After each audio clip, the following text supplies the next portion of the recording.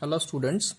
So today we are going to discuss about two important topics. One is on Morse test, another is on heat balance. So first we are going to discuss about the Morse test. So Morse test is responsible to determine the frictional power, and this test is applicable only for multi-cylinder engines. That means if there is a single cylinder, then that test is not applicable. So what the procedure to do that test or perform that test? First, all cylinders are runs at full load at required speed. Suppose the speed as n, and corresponding to that condition we use to measure the output. Let it called as the brake power or BP. Then each of the cylinder is used to cut either by short circuiting if the cylinder or the engine belongs to SI, that is spark ignition or the petrol engine, or by disconnecting the injector for CI or compression ignition or the diesel engines. Then for each of the case we use to measure the corresponding output, such as BP1 when cylinder 1 is cut, similarly BP2 when cylinder 2 is cut, and so on, but at each of the condition keeping the speed n is constant. And how we can do that? By reducing the load corresponding to that cutting conditions. Now whatever is being given or asked over here, we are now going to explain by choosing some examples. Suppose, so first we are going to make it explanation of the Morse test. So as per the given theory as regarding the Morse test, we can say, suppose for our explanation we choose a 6-cylinder petrol engine. So what we have to do, as for this we have to first measure the BP, that is the brake power, when all cylinders are runs at full load and attain the required speed n. So corresponding to that we used to calculate the BP. That third bracket is indicating the way how we used to calculate the BP. So brake power BP is equal to twice pi nt by 60 into 10 to the 3. That will give you the unit of kilowatt, where this n is speed in RPM, T is the torque in Newton meter. And how we used to calculate this torque? As torque is a product of force into radius, where this F is indicating the brake force in Newton and R is indicating the radius of brake drum in meter. So T is in Newton meter, where F is the brake force in Newton and R is in meter.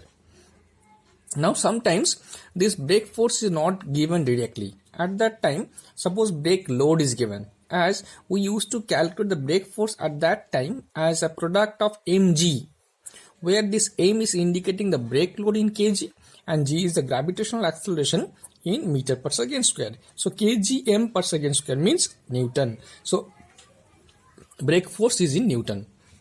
Now you can see whatever the BP you have calculated, can you write the BP in that order? As BP is the summation of all the IPs, that is indicated power, minus the frictional power. So we can write the BP in that way also, as BP is a summation of IP1, IP2, IP3, IP4, IP5 and IP6. As here we have chosen 6 cylinder for our discussion, minus the frictional power. Where this IP is indicating the indicated power and the suffix are indicating the cylinder number. Now you can see, as if we follow the next step, as if we used to cut cylinder 1, suppose, by short circuiting the spark plug. Why short circuiting? Because our discussion is on petrol engine. That's why short circuiting the spark plug. Then measure the output at required speed n, can be termed as, suppose, BP1. That means when cylinder 1 is used to cut, we have got the output and at required speed n and termed it at, suppose, BP1. So can you write BP1 is equal to IP2, that is indicated power of the cylinder number 2, 3, 4, 5 and 6, minus the total frictional power. Here the thing you have to notice is IP1 is missing. Why? Because we used to cut cylinder 1. So we have got equation. One is for BP, the total power output. Another is BP1, the brake power 1, when the cylinder 1 is used to cut. So by doing that, can you be able to find out the indicated power of cylinder 1?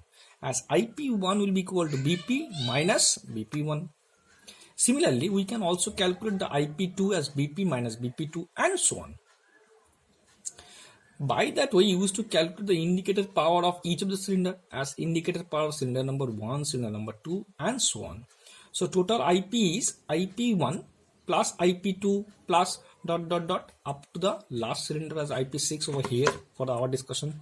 Now you can see from there we used to calculate the frictional power, because frictional power is the difference between the indicator power and the brake power. So first we used to calculate the indicator power as I have shown over here. Then we used to calculate the brake power as we used to calculate over here. So by making a difference, we can be able to calculate the frictional power. That is the basic objective to perform the Morse test, as I mentioned in the first line. So by that we can use to calculate the frictional power, and from here we can also calculate the mechanical efficiency also, as mechanical efficiency is equal to ratio in between brake power to indicator power. So mechanical efficiency, brake power by indicator power. So that is the first topic, and by doing that, if we understand this topic in a well manner, we can be able to solve any problem which is belongs to Morse test. Now our next topic is again on a topic which is very useful regarding solving problems based on IC engine or the engine performance. So here you can see this topic is known as heat balance. Sometimes it again known as overall energy balance. So this actually indicating the basic of thermodynamics, where we have seen the sign convention of heat and work. And if we consider that as a system, then any system, if it put in some heat, or rather if heat input to system, that is always chosen as positive, and any form of heat output, that is always chosen as negative form of heat, and it's reverse for the work done. But today's topic is on heat or the energy as in the form of heat. So for our discussion, we are considering the IC engine or the cylinder as the system. Clear? Cylinder as a system. So as we know, cylinder is there, and if we work with a petrol engine, then there will be two valves. If we work with a petrol engine along the 4-stroke, then there will be inlet valve, there will be exhaust valve, and there is a spark plug. Can you see? So this indicating the piston, and this is the connecting rod, and the so on. So here we are getting the final power, that is termed as brake power, the energy at output.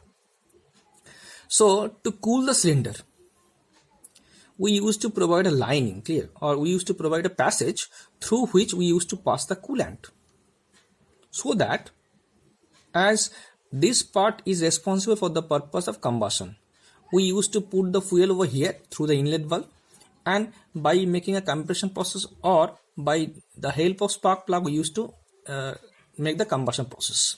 And after the combustion, there will be a generation of heat. So heat generate means we used to make some input of the heat, so that's why it's positive. So combustion of fuels done over that place, as it indicated here. So heat liberated by burning of fuel, it's always positive. So E in, that is the energy input. And there are some possible ways by which we can indicate the output. As you can see, as some of the percentage of heat which is being given here, it has a basic motor object. And what is our motto? Our motto is to get some output, so that we can able to rotate the wheels, and this output is being termed as brake power. So small percentage of heat is being converted into brake power. So what about the other? So whatever the heat we have supplied, it is used to distribute, or rather it used to dissipate in many manners or many ways.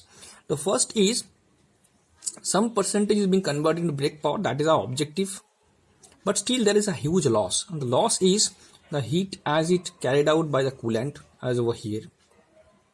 Another part of the heat is being taken away through the exhaust valve, through the exhaust manifold, as that heat is carried after the combustion process. The exhaust gases are emitted from the exhaust valve or the manifold, or the exhaust manifold, or the sometimes it's again termed as muffler.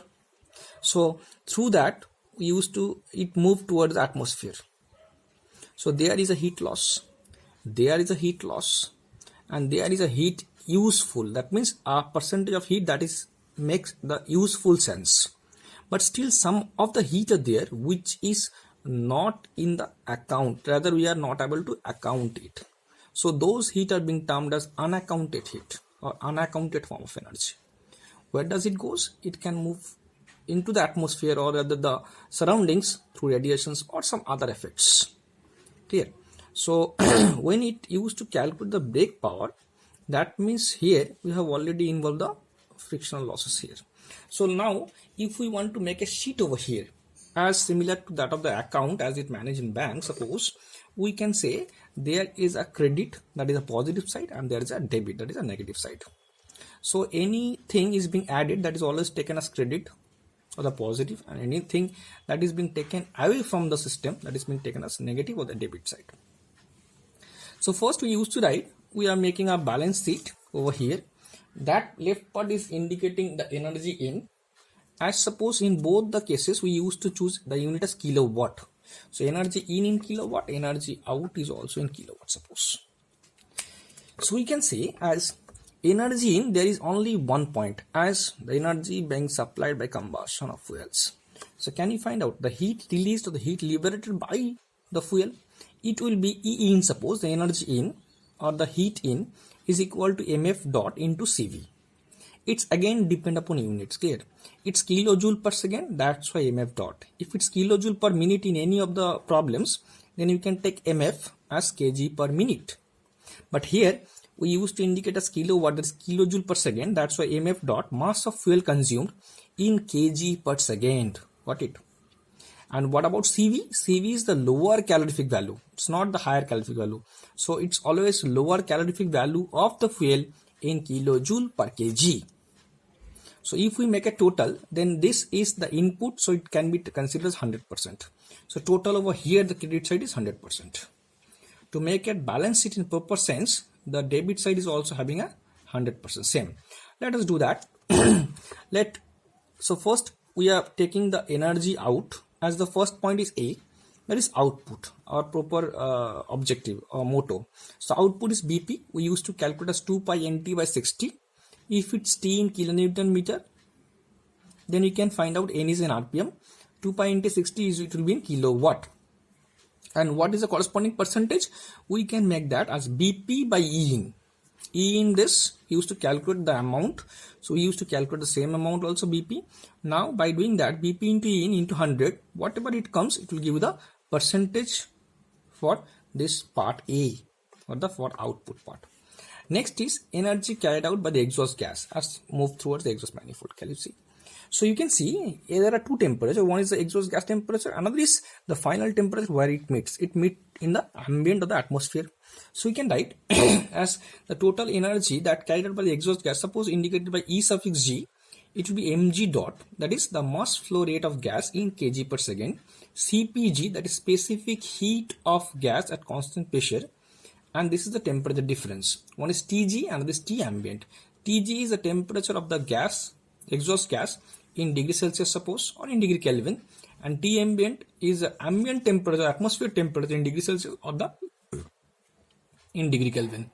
And there are several ways to calculate this mg dot. If mg dot is given directly, you can put it there, or other mg dot we can calculate as mass flow rate of gas as mg dot, it will be in kg per second here. Sometimes air fuel ratio is given. So for that, those problems, we used to calculate the mg dot as A plus F, the air plus fuel. Suppose if for any problem as air fuel ratio is given as 12, can we write A plus F will be equal to 13, like this. And mf dot is what? The mass of fuel consumed in kg per second. By that we used to calculate the mg dot. And from there, if we want to calculate the probable percentage, it will be Eg by E in into 100. Eg by E in, Eg is the energy of gas carried out by the gas, by E in, that is the energy supplied, into 100. The part C is energy carried out by the coolant to make the cylinder in a proper temperature or adequate temperature. We need to cool down it. So the amount of heat that carried out by the coolant, we can use to calculate at energy carried out by coolant. So energy E suffix CW is equal to m dot CW, that is the mass flow rate of cooling water in kg per second, that is CPW, that is the specific heat of water it generally take as 4.2 kilojoule per kg Kelvin, the value of CPW, if it not provided. And there are temperature difference. One is TEW, another is TINW. TE means the temperature of exit of the cooling water, and TIN means temperature at inlet for the cooling water. And the corresponding percentage we used to calculate as ECW, that is the energy of the cooling water divided by energy in into 100. After doing that, we can see as that total heat as A plus B plus C is not equal to the E in. That means there are some percentage, there are some heat which is not in account. So we used to calculate that heat and give a name as unaccounted energy or unaccounted heat, E un is equal to E un equal to E in, that is the inlet of the energy supplied, minus this A plus B plus C. And by doing that, we can be able to calculate the unaccounted heat as an amount. So the percentage is E un, that is unaccounted energy, divided by energy at inlet into 100. Then by doing calculating all this A plus B plus C plus D, you can see it will become as 100% or equal to E in. So at inlet it will be 100%, at outlet it should be 100%. To make it 100%, we need to calculate the unaccounted form of energy. By that way, we used to calculate the heat balance or the overall energy balance for any of the given problem. So try to solve the problems from this. So that's all from today. Thank you.